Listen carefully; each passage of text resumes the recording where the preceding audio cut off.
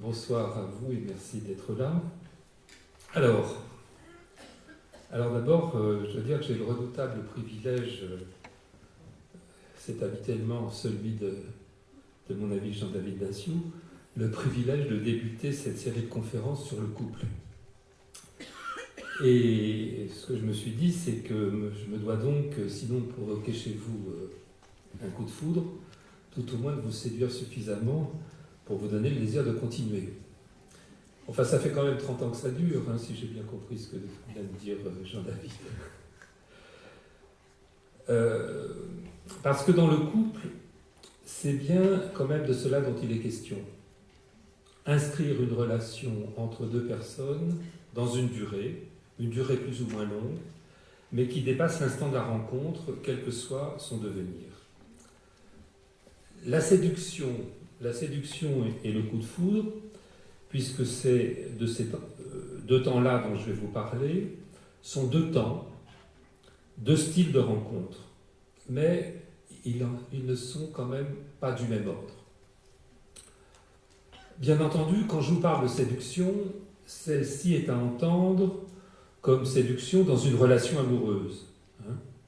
C'est-à-dire que c'est quelque chose qui pourrait se dire « Comment vais-je me faire aimer de celle que j'aime ?» ou « Comment vais-je attirer les regards de celui que j'adore ?»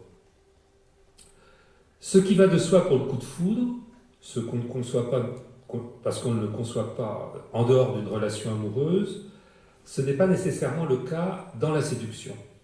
Bien au contraire, la séduction peut être utilisée pour tromper, pour corrompre, pour détourner du droit chemin. C'était d'ailleurs, je vous rappelle, son sens initial. Le diable est un séducteur.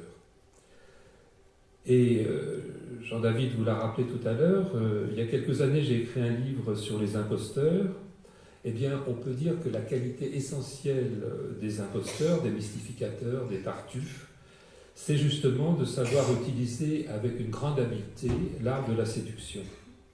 Et puis n'oubliez pas cette phrase de Freud dans les 3 essais sur la théorie sexuelle, je vous cite, « Il est instructif de constater que sous l'influence de la séduction, l'enfant peut devenir pervers polymorphe et être entraîné à tous les débordements imaginables.